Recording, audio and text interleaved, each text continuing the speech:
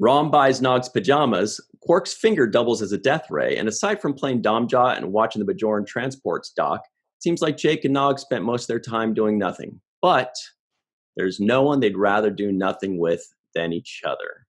Hello, everybody, and welcome to the Seventh Rule with Cirroc Lofton. Hello, hello. My name's Ryan T. Husk. Today, we are doing a review of Deep Space Nine Season 4, Little Green Men, with very special guest, Mr. Jack Trevino. This episode was directed by James L. Conway, written by our good friends Ira Stephen Bear and Robert Hewitt Wolf, and the story was written by, what a coincidence, Mr. Jack Trevino, and also Tony Marbury, who was going to join us, but she's feeling ill, so we wish her the best, and hopefully we'll see her again real soon. How you guys doing today?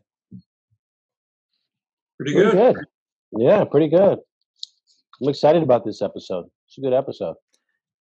There are a lot of episodes when I'm watching them that I think of you, Cirroc, and I go, I think he's liking it. I keep thinking about you watching it, and the moment that I thought of you the most, I tried to picture it, was when the dog turned into Odo. Did you get a little surprise there? Yeah, you got it. That's when I was surprised. I was like, whoa, okay. That threw me for a loop right there.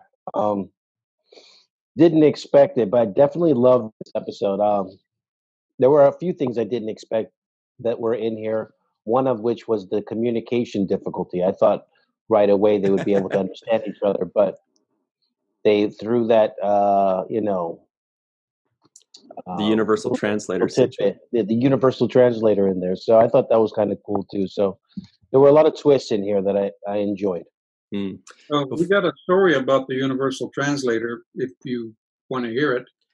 I do in 7 seconds. Before we hear that story, ladies and gentlemen, remember that if you want to become part of the team, just go to patreon.com/the7th-rule.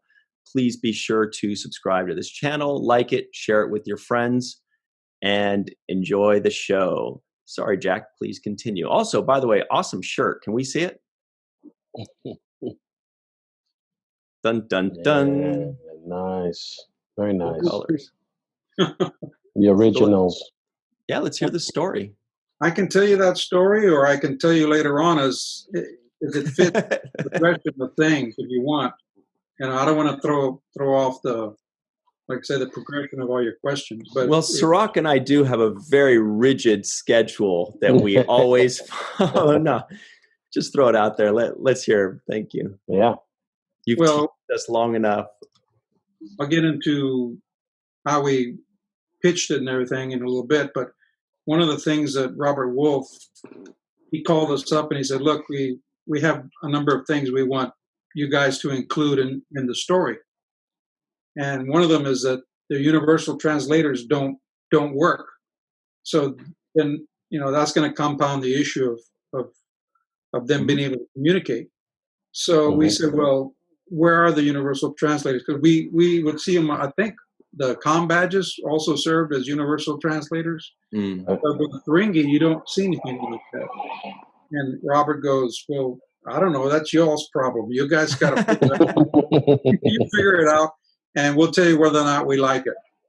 So Tony and I talked about it, and their ears are so big, we started thinking, well, what if the translators were embedded in their ears? Because Gene Roddenberry always said way back when is that sometimes they would, in the future, they're going to put in some little device, that will interface with your brain.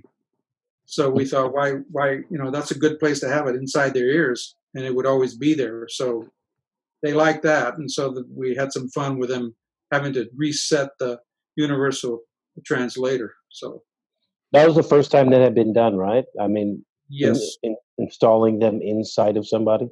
Yeah, well, I don't know for sure, but I think so. I believe so too. And it added a lot of humor. It was really good stuff. Before we talk about that, though, I'm glad you brought up Mr. Robert Hewitt Wolf, because a very big shout out to him. He's been great to the show. We love him. He's very active on Twitter. Follow him on Twitter, ladies and gentlemen, because he's a lot of fun, very insightful. Also, last week, I tweeted him. He said, hey, he did a Twitter thing like he does, saying, ask me anything, and I'll answer them when I get back to it. So I sent them a question. I said, Cirroc and I will be reviewing Little Green Men in a couple weeks on the 7th rule. Is there something you think people should specifically watch for when rewatching the episode? Or maybe your first impression/goal, when you were initially presented with the story idea? That's where you come in, Jack. So he says, answer number 1, I think it could be fun to see the things we were spoofing first. Movies like Them, or the original Thing, and the original The Day the Earth Stood Still. I feel like they're less well known now than they were back in the day. Answer number 2, as for first impressions, from what I remember, when Tony Marbury and Jack Trevino first pitched it, we knew instantly it would be an episode. So 2 things there. Number 1 is that he knew your names still 25 years later. He remembers and spelled them correctly, by the way. Everything was spelled perfectly and he remembered it. So that's a testament to you guys and to Mr. Wolf. And the other thing is, it was such a good idea that he confirms once you pitched it, and you probably saw that or felt that in the pitch, that they reacted like, I think we have something. Well, initially we pitched it to another person, and they were, what's Roswell? They weren't aware of it, but we gave him the story and everything, and he was like, wow, that's really good. I'm gonna pass that along. So they mentioned the old Robert and the old sci-fi movies, and I consider them classics. If you notice all the names of the people on Earth, those names are an homage to the actors of those classic science fiction movies, like General Rex Denning. Right. Rex Rhodes and Richard Denning. Rex Rhodes was in This Island Earth. Richard Denning was in The Creature of the Black Lagoon. Jeff Carlson, the scientist, Jeff Morrow, and Richard Carlson from Creature of the Black Lagoon. Plus, these guys would do all kinds of science fiction movies back then. They just hopped around from science fiction movie to science fiction movie. The nurse Faith Garland, Faith Dominique, I think was her name, was in This Island Earth, and Beverly Garland was in a whole slew of science fiction movies. And James Wainwright, was the captain. So, and when they sent us back to revise story, they had names in it. We just had them scientists. We had nurse. We didn't give them names. I said, hey, I like what you did with the names there. And he goes, oh, you caught that, huh? I go, so. Wow, that's really cool. You guys picked up on those names or not? So I did not. When I heard Rix, I thought Captain Rix, who was in, I think, the pilot episode of Deep Space Nine. He was that pink Bolian captain. No, that was different. That was Next Generation. The captain in the pilot episode was actually J.G. Hertzler playing a Vulcan. Anyway, there was a Captain Rix. Everybody that's watching this in the live chat or in the comment section, tell me where Captain Rix was. He was like a pink Bolian. He was played by this character actor that's in a lot of horror movies. Can't remember his name, but he's really awesome, like in The Devil's Rejects. Also, one quick special thing to mention. This is something we always make sure to enjoy. It's a Nog episode, ladies and gentlemen. Yeah. Malissa Longo, the all-star, is joining us. Hello, Malissa. Hi. Malissa just got off work, and I forgot that she said that she was just getting off. So I texted her. I said, hey, are you still coming? And then I realized, oh wait, she's on her way. So driving. Yeah, sorry about that. But thanks for jumping on so quickly. And you remember Jack Trevino, right? Yes. Hi. Hi. And we all remember Mochi. And Mochi's tail. So Jack was just telling us about the pitching process. Please continue. Well, yeah, it's actually Rex, R-E-X, Rex Denny, not Rix. Rix was, as you mentioned, that Bolian captain. And I think the episode was Conspiracy. Hmm. Next Generation. There was definitely a Rix mentioned in this episode. They had all the little creatures inside that one guy that was controlling them. They'd get in the back of your neck or something. I'd Now never seen. I remember where they mentioned in this episode. It's when Nog is selling his favorite holosuite program. It's a visit from the pleasure goddess of Rix, spelled the same way, Rixx, as the character.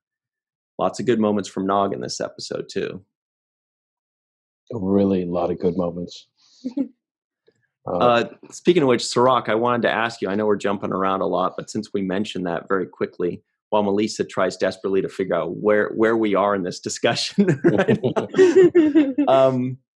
there was the moment when you and Nog exchanged pleasantries up on the balcony. They have their farewell. Yeah. It was really cute. And, you say, aside from playing Domjot and watching the Bajoran transports dock, seems like we spent most of our time doing nothing. And Nog says, maybe so, but I can't think of anyone I'd rather do nothing with than you. There was that moment, and when you guys are talking, like looking in your eyes and looking in Aron's eyes, it seemed genuine, almost as if you were not sure if Nog was coming back or how long it would be until he came back. Do you remember any of that, or do you remember if you just weren't sure? Yeah, I felt the same thing as I was rewatching it, and it did feel like there was a real sadness there, and then like a goodbye, almost to the extent where you're not sure you're going to see each other again. And I don't know if that was prompted because of just us being really heavy into the scene, or if it was because at that point in the show, my height difference had basically overtaken the situation. And there was a genuine concern that they wouldn't pair the two of us up again, and we wouldn't be like, framed up in the same shots, because there was a kind of a direction of life. It's kind of like when you're leaving high school and you're saying bye to your friends, and one kid's going to one university and you're going to this one, and you kind of not sure if you're going to see each other again. You'll talk, but you're not sure if you'll ever see each other. At least that's how it used to be. Now with Facebook and everything, people are connected, but that's how it used to be, and it kind of felt like that. I don't know if that was because it actually felt like we were not going to be doing as much scenes together because of the differences, or if it also because of the fact that he was going to Starfleet, so maybe his life would take him away. So there was a whole lot there of uncertainty. But I did feel sadness, and I did feel, the transition of adolescent to adult. I felt like this was the moment of the two of us looking back and saying kind of goodbye to our adolescence. Yeah. Jack and Malissa, have you had a chance to rewatch the episode recently? No. But I've seen it often. Yeah, because I was just trying to figure out if you guys actually remember that moment or had a thought on it, because I hadn't remembered it until I just watched it again. Yeah, very poignant moment. Mm. So, Jack, what can you tell us about how the pitch went versus, like what you had worked out versus the final product? What was added or what was changed? Well, I don't know if the viewers will recall, but I think I mentioned this in the virtual con trek, that we had pitched it originally to the Next Generation, and it was just going to be Ferengi. And that's when Renee Echeverria said, look, we can't take another time travel, but I'm moving to Deep Space Nine. I've got it written down. Call me back. I think it was like in about 6 months or 4 or 5 months or something like that. And we repitched it, but he said, work it with Quark, Rom, and Nog. We want them to be the Roswell aliens. So we repitched it, and I told Robert Wolf, I said, but the Roswell aliens, they all died. And he goes, so? This is TV. We can do whatever we want. So I said, oh, okay, that'll work. Because when I was taking a college course at the time, and I always would do my homework with the TV on in the background. And they had unsolved mysteries, and they had the widow of a Air Force pilot that had flown the bodies, Roswell alien bodies, back to Texas, and he was describing them via her as short little guys with big giant heads, sunken eyes, and I'm like, hey, that's Quark. And so that's how that progressed as well. So yeah, we pitched the story, and Tony was she had the notes on that, but unfortunately she's not here today. But it was pretty much what we pitched. They added a lot of things in there, like the universal translators malfunctioning, and of course they said we want Odo to go along, and because he's been spying on Quark and he didn't trust him from the very beginning. So we actually had a scene where the Ferengis were trying to get away from the military, and Quark just became a wall, and they hid behind him, and so that when they came into the room, they thought everybody was gone, but he was the whole wall. But in the episode, he got turned into a tire on the back of the Jeep and a dog and other things. So, yeah, there were little differences here and there. Wow. Yeah, the one thing that kind of question I had in my mind was how did Odo get on board the ship, and what form did he take to get on board? I know they didn't really get into it, but it was on my mind. We didn't go into that, but I would imagine he could have been a big box of chemicide or something. Could have been anything. That actually could have brought him on board without even knowing about it. Or maybe he just turned into that little gelatinous form that he did, and he just slithered in through one of the ports or something. Yeah. But that was the thing, was to make it a surprise for everybody that he was there. So, Jack, I had another question. Maybe you can help me answer. When I was watching the episode, I was thinking about the patches on the uniforms of the military personnel, and it didn't really have U.S.